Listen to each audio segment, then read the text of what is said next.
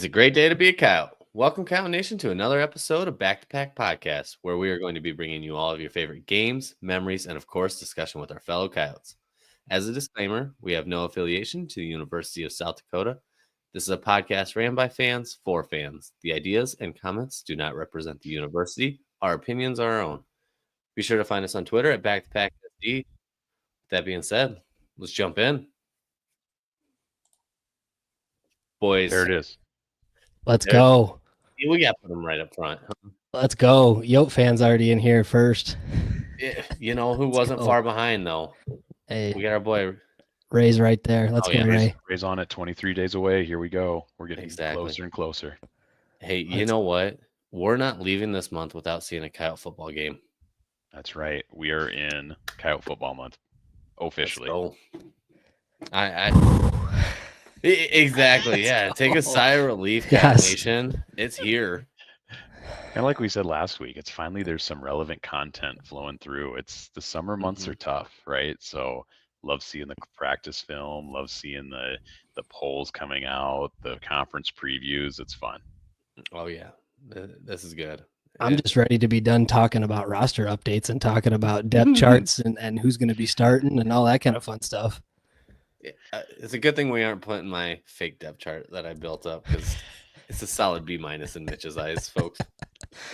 We'll give you another opportunity to make some revisions, and then you might get to bump it up to an A there.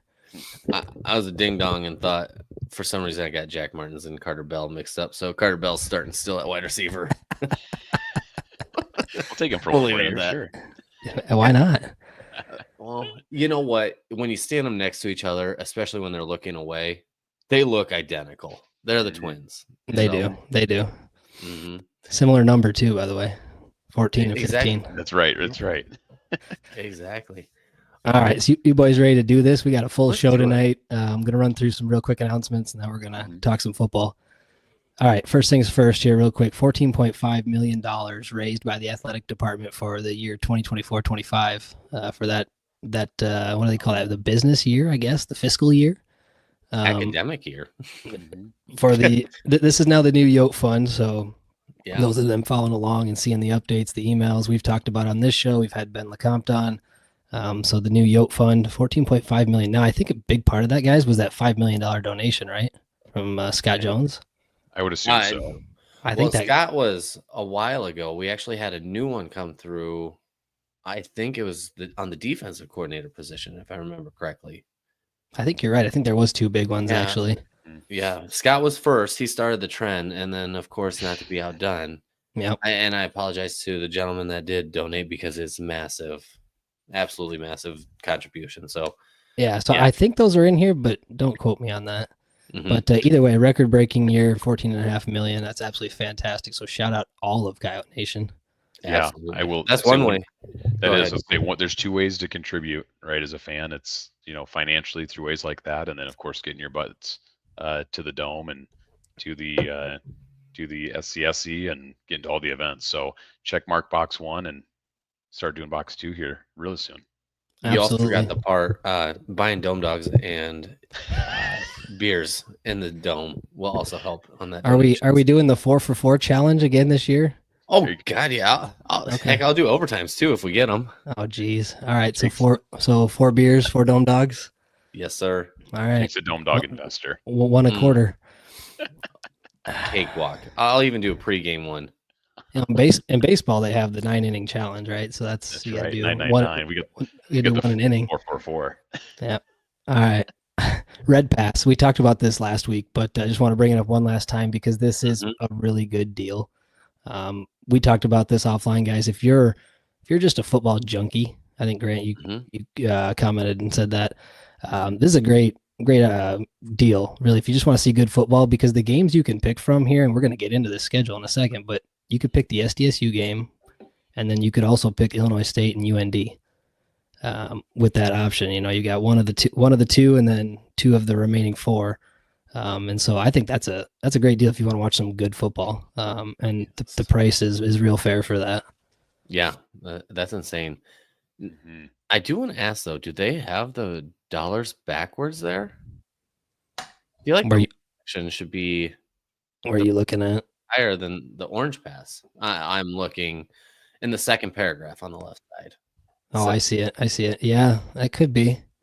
It seems I like that think would you're be right. back. It That's seems like that would be counterintuitive. I would flip-flop. agree. Yeah. Yep. Mhm. so Yeah, hey, go ahead. I was just gonna say, if they have that marked like that right now, go in and sneak a good seat for a little cheaper. There you go. There you go. Also, don't forget about the option at the end, the full season option. I recommend that one. That Well, one's way more fun. That That's the comes most out to fun option. be, yeah, what is that, guys? Like 28, 30, I think, something like that, a ticket. If you're going to do all 6, I mean, hey, even if you missed one, you're still going to be ahead as far as your value goes. So, yeah, definitely season tickets is the way to go, but this Red Pass is another good option. So, and it's becoming more popular every year. You know, we talked to the ticket office and some folks internally to the athletic department, and it's becoming more and more popular. So, and it is it's a good deal. So definitely encourage fans to check that out. And then how about this one? New announcement for groups. Are you guys groupies? I will be for these prices. Right. we can get 10 or more to go together here. It's football tickets starting at 17 and volleyball at 12. Hey, let's do a back-to-pack section. There you go. Let's just get the loyalist of loyals. Let's all just get rowdy as we can. Yeah, so this is a new deal here for groups of 10 or more, and you've got a ton of stuff that comes with this. Not only calling out your group on the video board, reserved tickets, you're sitting together, of course, but then all this stuff on the add-ons, guys. Have you had a chance to look at this yet? It's crazy. I'm trying to figure out how I can sneak just in that for that signed team ball. Like, can I just pay $50 for it? Yeah. Yeah. Can we just buy one right now? I'll do $350 for a helmet. Yeah, let's go. Here we go. Yeah, the add-on. Go ahead. We're clicking too fast. Yeah. Ray wants a back-to-pack facility tour. I'd be down for that. I think that's a great idea. The only piece that's missing, in my opinion, is the $500 to ride out in the sidecar on the motorcycle. Yes, or how about $1,000 to drive? Ooh, there you go. Down. Sign Jake up. He's been working on that for a while. On that motorcycle. I am in the middle of putting a tweet out right now. That's starting the petition again this year. Here we go. It's awesome. Awesome.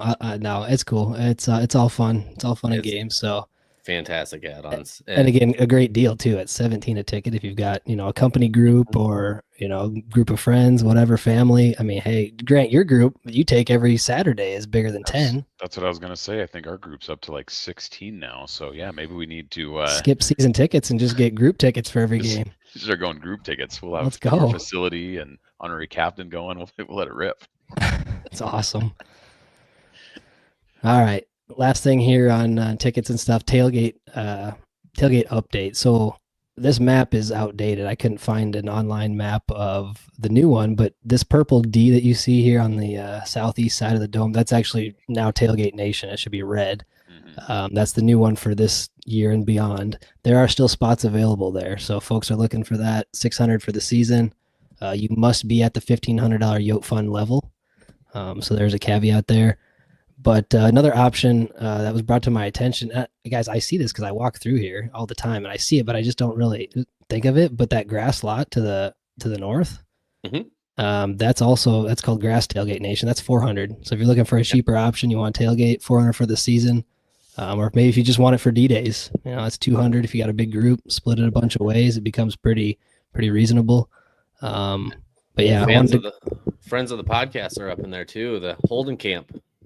Yes. To go visit up there. Yes, absolutely. Or if you're old guys like us, it's a little nostalgic because that's where the old student tailgate used to be. Was up there before. That's so back in the day, that's where we would go to tailgate. So speaking of student tailgate, that's moved like umpteen times over the years. They keep getting pushed. I remember when it was south of the dome too. That's right. Yeah, way back in the day, the whole tailgate was south of the dome where the basketball arena is now, and I think the students have been in that same spot for quite a while now. I think it's a pretty good spot for them. I think it's cool that they get the food trucks and the stage set up over there too. Yeah, for sure. And then just tickets. We talked about ticket prices being a little steep too on the singles last week. If you're looking for a cheaper option, come sit by me over in H or G. Because if you're willing to move off those like 30, 40, 50 yard lines, sit on the 20 or the 10, they're definitely cheaper on the end. So would encourage fans to do that. And then just a reminder too, Section Q on the west side, Jake, I think that's your side, as alcohol-free family zone. Yep. Yeah, that's on the southwest corner. There's alcohol-free family zone. Yep. So stay out of there, Jake. Actually, when Grandpa and Grandma had their tickets full, that we still went and bought our own tickets as well. That's where we were at. Oh, jeez. So, shotgun in the hallway. There you go. I was just about to say that Jake's chugging beers in the hallway. Yep.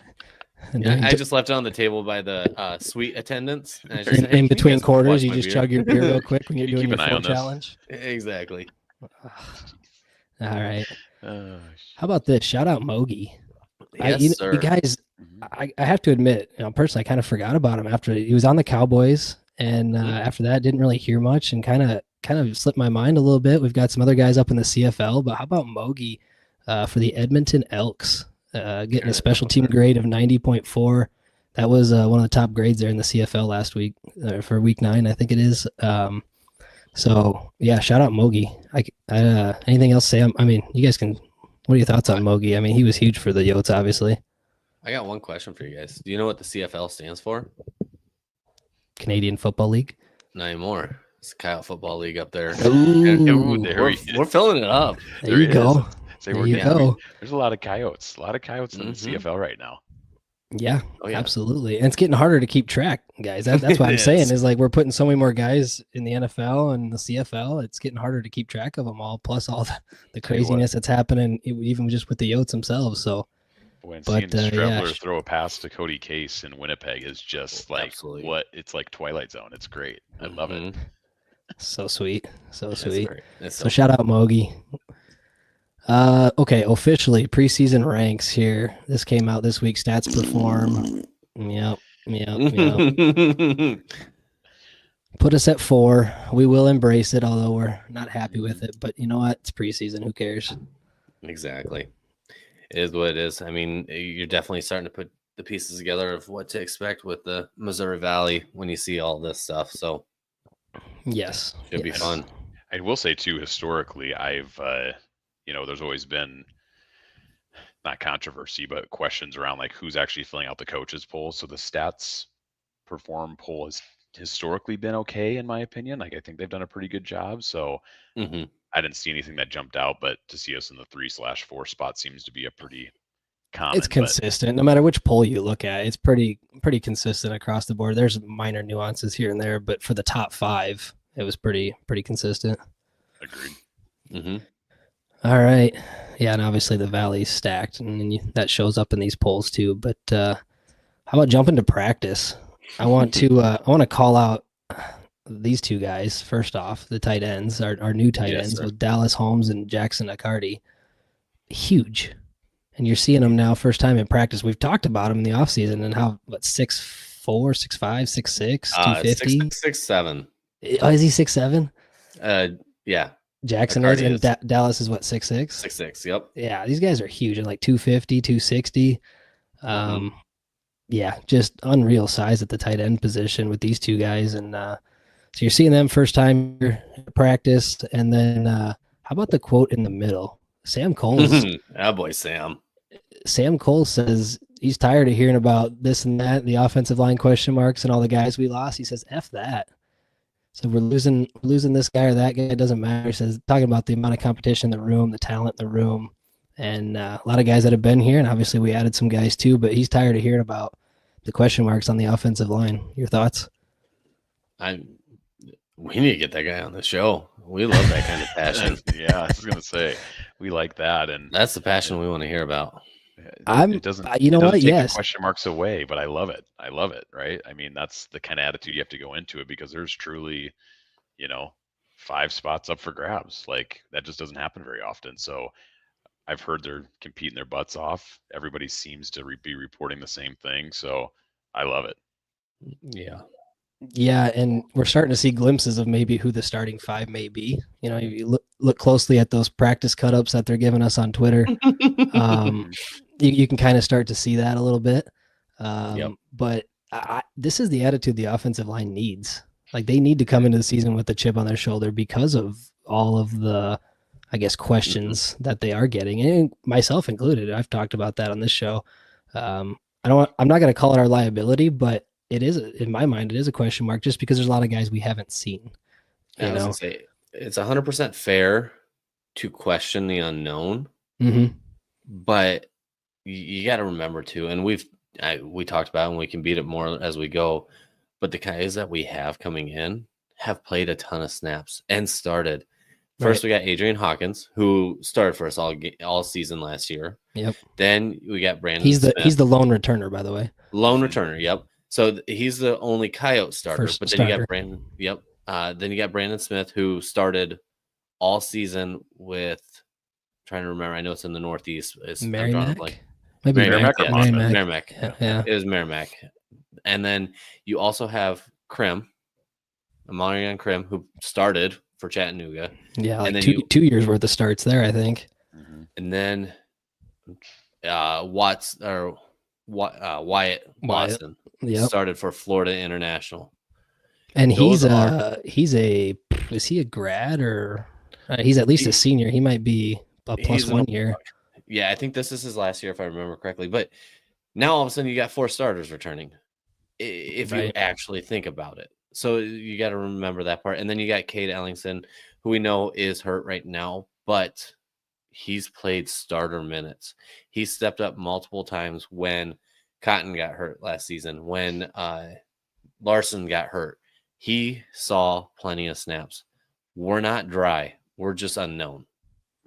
Yeah, and for me, I'm not sure I even question the unknown so much. It's just finding the right 5 that are going to be the best 5. Because we've got about 8 to 10 guys to pick from, legitimately. And so I think it's just finding the right 5 that are going to be the best 5.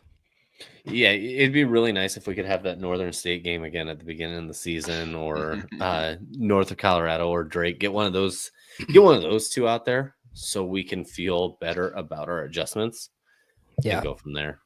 But all right, it is what it is. Give Coyote Nation a few more names that we've been hearing about and seeing about on social media for the fans. For the linemen? No, just in general. Just in general. Like on starting? Or was that or just who are the names that are starting to pop in practice that we're seeing? Like, for example, I'll throw Fenner out there, right? Dude, you can't take mine. That's mine. Go for it. No, I just like to give you a hard time because I was calling for it last season, but it didn't quite happen. I know you were. Lorenzo Fenner is gonna be the household name for Coyote Nation this fall. Yeah, he will, hands down. And then he's gonna be a legend. Jack Martin, he's gonna come in and just step up and take on a full role. And you could see him producing very much like Carter Bell, and that's why I was very comfortable accidentally calling him Carter Bell. Javion Phelps, he's just great. Like, he does everything right. He does everything you ask for. He's great in high pressure situations. Like, you can't ask for a better wide receiver for Aiden to throw to. You got our 2 tight ends here, but then you also have Whitty. You have a lot of really good redshirt freshmen, redshirt sophomores that you can see pop off. But one name that I think is going to be another household name is he's on the next slide. I was just going to say that there's one on the next slide. Yeah, we can go there. Let's go there since you brought it up. Yeah, let's do it. Yeah. This guy, Reed Watkins. Everything I'm hearing out of football camp, this guy is an absolute freak. And he's got the goods, and now he's got a scholarship. Do I say the comparison, or do we save that for them to decide on their own? You can give it. That's fine. Do you want? It's your boy Grant. You know that. Comparison I've been hearing, just because he has that capabilities of being the running back that can take a 12 to 15 carry workload, but also get the catches out of the field as split out slot receiver. He's been compared to Lan Larison a ton, who finished very highly on the Walter Payton list last season. So we'll see if we can get a production, half as good as that with Charles Pierre Jr. already on the Walter Payton watch list. Except 2 running backs on there, no big deal. And the quarterback, So, and don't forget, for fans that have been following us all offseason, they know this, but he's transferred from Texas. And he's from Fort Worth. And he's got that kind of Tice-like build a little bit, and he's also got Tice's number, but he's still young, redshirt freshman. And so, Yes. but yeah, he's popping in practice, starting to hear his name come up. And right before we went live tonight, this was tweeted out by the South Dakota football page here. Yes, Big night in Verm. Congrats to Reed Watkins. There's a video of him and the whole team applauding and stuff. But I just love moments like this. I think it feels like we get one of these every year, doesn't it? Mm-hmm. It's really nice. It feels like it. And I mean, it's got to be such a good locker room builder to see a guy go out and literally earn his spot right on the team. Yes. So I think it's important for not just that individual, obviously, but important for the team to be like, yeah, that guy worked his tail off all practice. He deserves that. So yeah, hard not to smile when you see stuff like this.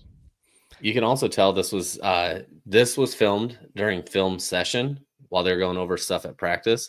Oh yeah. And coach said, "Do you guys think Reed Watkins can do that every game of this year?" And some random football player, I don't know who yelled it, but yelled, "Hell yeah!" Let's go.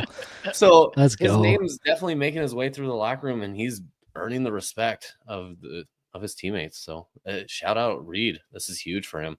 Do you want to make any statements about our running back room as we head into the season like you did last year? I don't think it's much of a statement when it's true. But, I mean, you go from the best running back room in the nation to the best running back room in the nation. It's pretty easy to say. There you go. Heard it here first. Yeah, we definitely stand on that. How about defense? Give us a couple names on defense that we should be looking for. Yeah, well, shoot. One, it surprised me that nobody really notices his name, but Wade Abrams. He's going to be stud, beast. He's no longer under the radar, in my opinion, at this point. Exactly. Which that's a good thing. Well deserved, right? He's going to be he's going to be the guy this year. And you know what? A guy that I'm going to consistently give kudos to because he's just been workman mentality going in and out of practice all year. Finally, his last year, Tim White, he needs his roses, dude. Yeah, it's his time. It's like Wade. They were kind of tucked away behind somebody else there in the starting spot, but now it's their year. It's their time to shine. Yeah, exactly. And you can't forget our boy Mikey Munn. He sounds like he's going to be our starting corner out there, so that's going to be really good to see. And then on the opposite side, the name I've actually been hearing the most, if I can remember it correctly, is RJ Stewart. And him and Jamal Streeter, these two are the definition of freaks. And one's a corner and one's a receiver. So I'd love to see those one-on-one drills on a corner fade route at practice. That's I'm really excited to see what they're going to do on that. And then Jacob Clark at the stud position. Ooh, there you go. That's a sneaky one. Yeah, he came in last year as a transfer, didn't get a ton of playing time, but he did get some. He was good. He was a special teams ace last year. Exactly. And he made it onto the field for some defensive snaps as well. Yep. But his name is being brought up quite a bit as well. Somebody to keep an eye on. And Big Mo.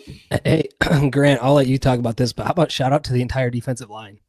I was literally just about to say that. I was going to make the comment that, not with somebody in particular, but by far the most fascinating group is the D line, because all the coaches have been glowing about how deep that is, or how deep that position is. I think it was Coach Travis had said, we have 10 guys who are going to see minutes this year. We have guys all over the place. So I am so excited to see who really steps up, right, and takes that next step, and see we could have a game where a guy we've never seen hit the stat sheet all of a sudden has a momentous game-changing sack or a strip, right? I'm so fascinated to see what that looks like this fall. Oh, it's so good. I agree. And we had it was a position group that had a lot of questions because we lost all 4 starters. And Jake's reminded us we got a lot of guys coming back that played a lot of minutes last year. But we also added some dudes to the piece, and then you get Big Mo back. Talked about that last week too. That unit has a chance to be scary good. I mean, if we can rotate 4 bodies in, 4 fresh ones all the time on that D line, oof. Line change, buddy. Yeah, hockey line change. I'm all for it. Let's do it. But your worst nightmare is an offensive lineman on the other side about end of quarter 3, beginning of quarter 4, you're thinking, God, we can't. I'm gassed, and they're rotating in guys every other play. Well, shoot, heck, we could kick it old school on formation. Go the 5-2 route, 5 down D lineman. Ooh, There we go. bring it, kicking it. Hey. Very old school. Whatever it takes. I'm just glad to hear that there's also depth there. We knew we were going to have some dudes, but to hear that there's depth, and that's what you need in the Valley because it's a dang gauntlet. And we don't have our bye week till the end of the season, so guys are going to get wore down here as we go, and so I love hearing that we have depth there. Yeah, and I'll just say 2 names to keep an eye on. 1 transfer in, and there's others too. Don't get me wrong on this. But 2 guys to keep an eye on. 1 is Caden Crawford, transfer in from Iowa. I haven't heard a bad thing about him yet. I'm really excited to see what he does. One guy that's been sticking it out from Canada, Chris Dixon. He's really been shooting up the depth charts. Big man holding it down in the middle. Right, we have 2. Speaking of CFL, we have 2 Canadians on our D line. How about that? Yeah, it's kind of crazy. I love it. Yep, Hooper's the other one, so love it. Anything else from practice, boys? Can practice be over so we can do some games? All right. Let's go. Let's go. All right. Let's get into ranking the. Look, I got the schedule pulled up. Number 1 on the left. Okay. Right side is the promotion, so fans can see what the promos are for the home games. Let's rank these home games from softest to toughest. Yeah. And real quick before we jump into it too, to anybody that's watching this live, throw your rankings on here too. Yeah, who's going to be our hardest game? Who's going to be our easiest game? And we'll have some fun with it.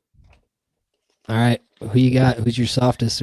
Obviously, you can see the 6 there, but who's your softest home opponent this year?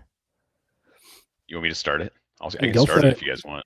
Go for it, So I took a lot of different factors when I put the list together, but for me, unfortunately, it's got to be Murray State on Dakota Days. So bad combination of you're playing USD on Dakota Days. That's bad for any team, regardless of how good you are. And Murray is just in a place where they're not ready to compete at any level in the Missouri Valley right now.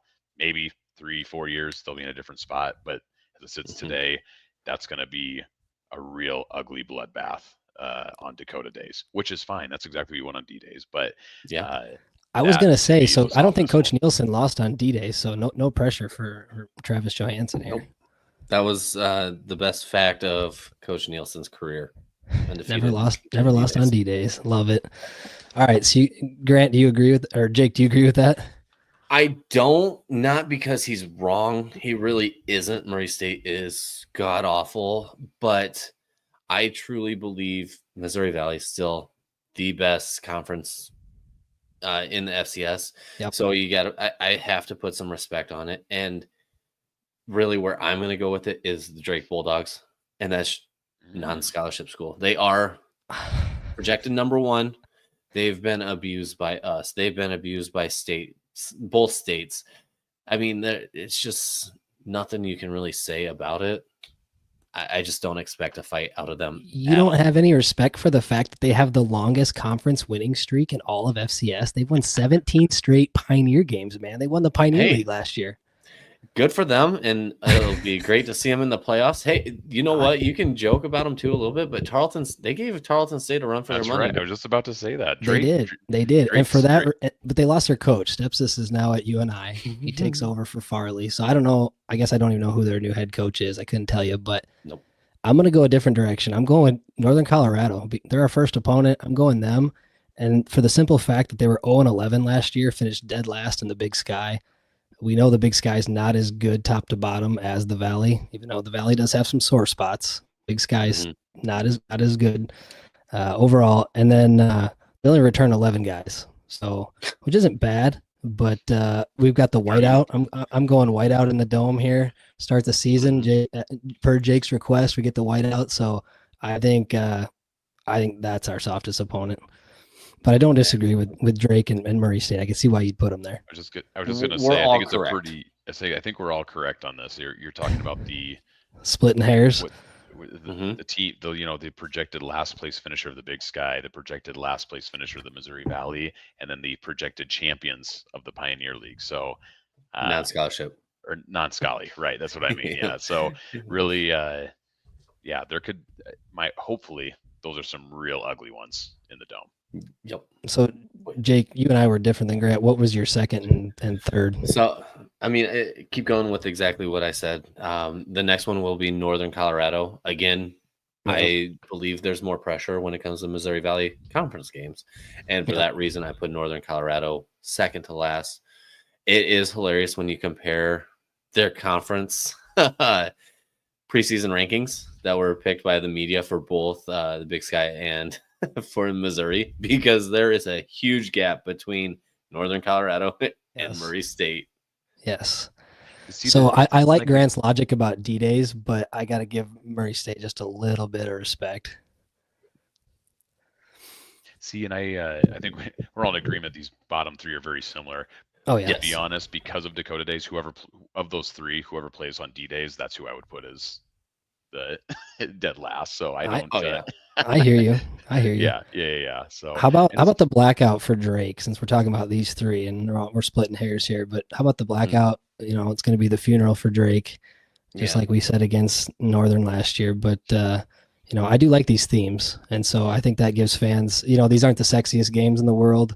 To start our homestand here, we definitely know our schedule's backloaded, but also our homestand is backloaded too. But that gives fans something to get excited about, I think. So I know for me personally it does. I don't know about you guys, but yeah, I know. I like the theme games. Like you said, it's fun, gets the fans involved, but also too, like, yes, these are soft opponents, but it's also the beginning of the season, right? So you still have to earn everything. Like, you haven't proven anything. So that's the other part I like. Like, we always give the SEC a hard time because they play an FCS team in November. And we're like, what are you doing?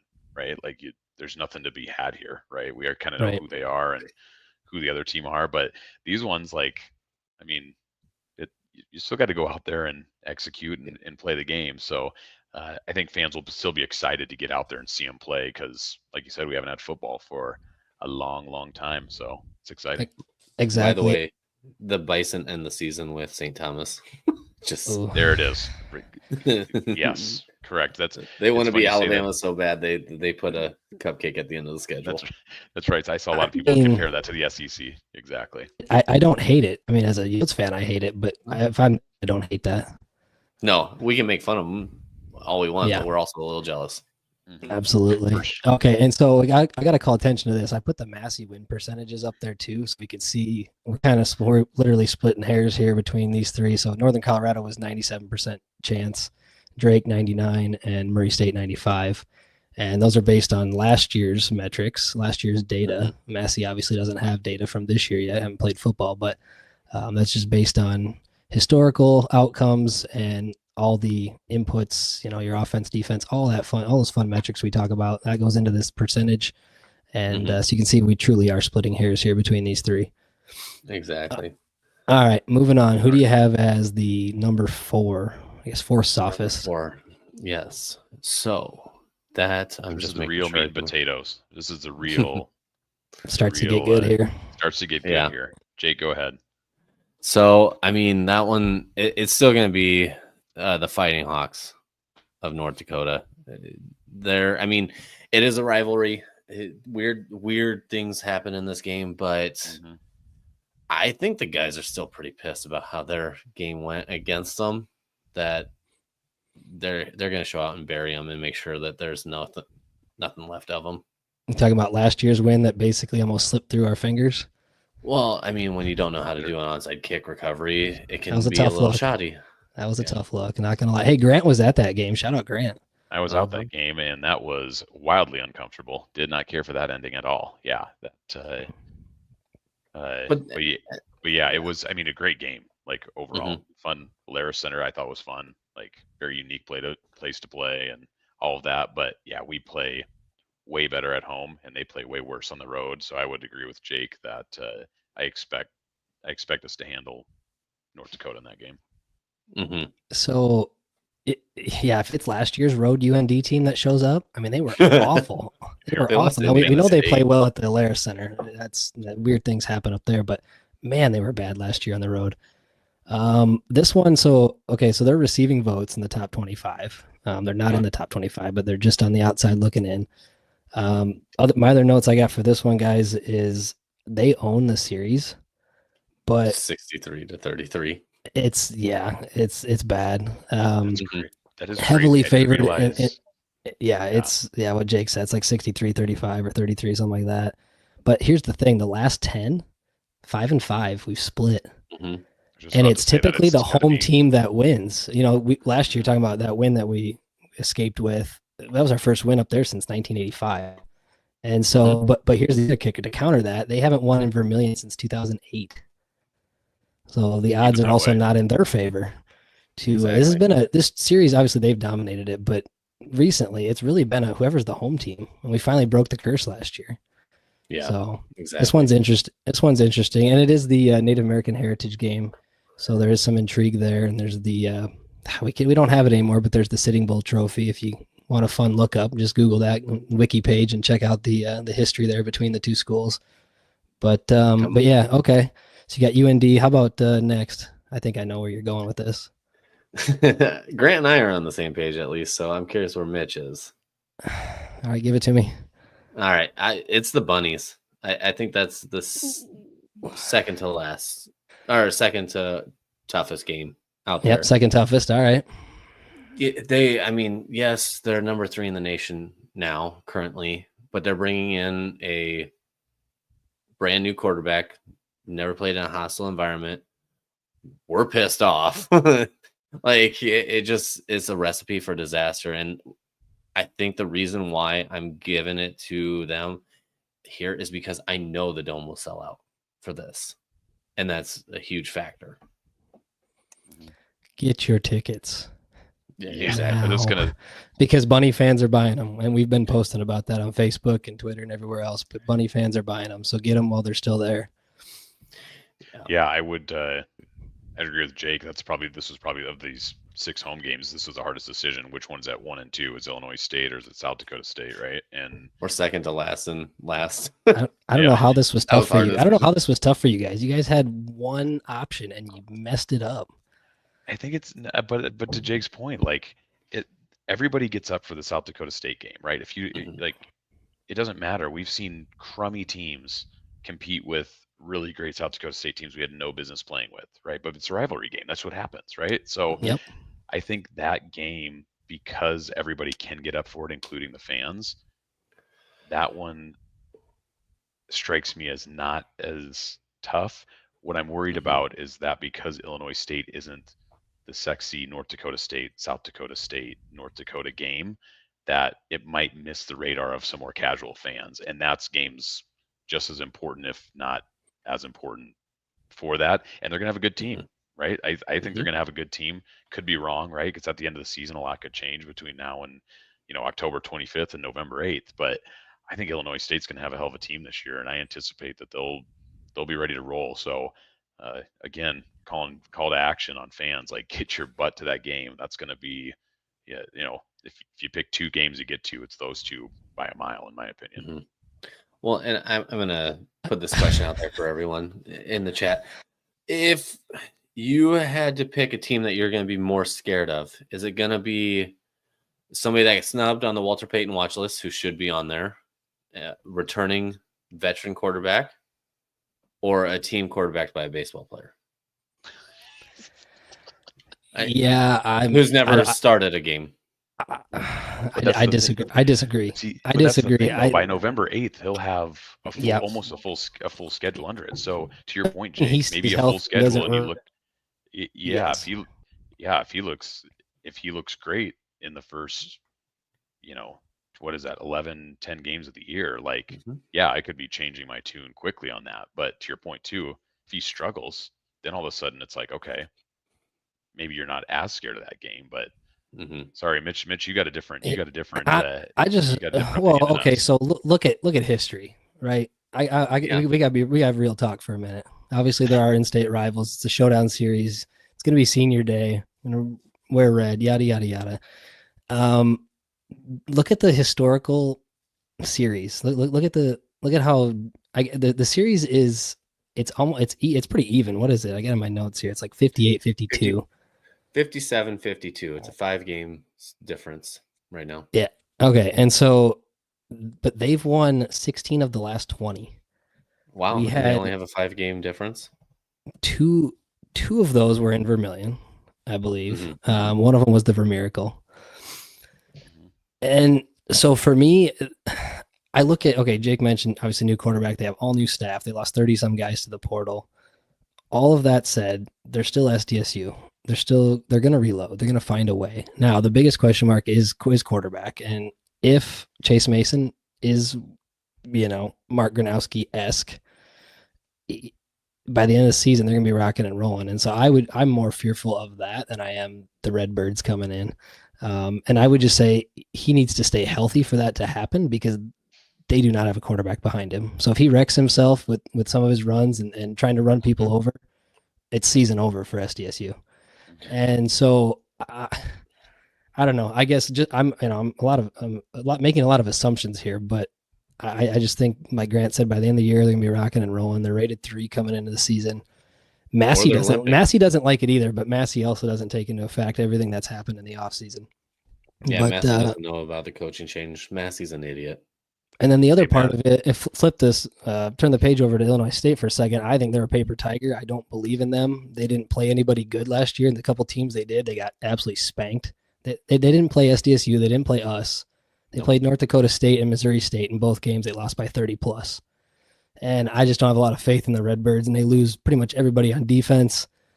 I think they're getting a lot of preseason love, but I don't think they deserve to be that high. Now, I could be proven wrong, of course, but I'm not seeing it at this point. So if I had to choose right now, I'm choosing the Jacks over the Redbirds. I'll preface this by saying none of us are wrong in these rankings. No, it's all speculation, of course. Exactly.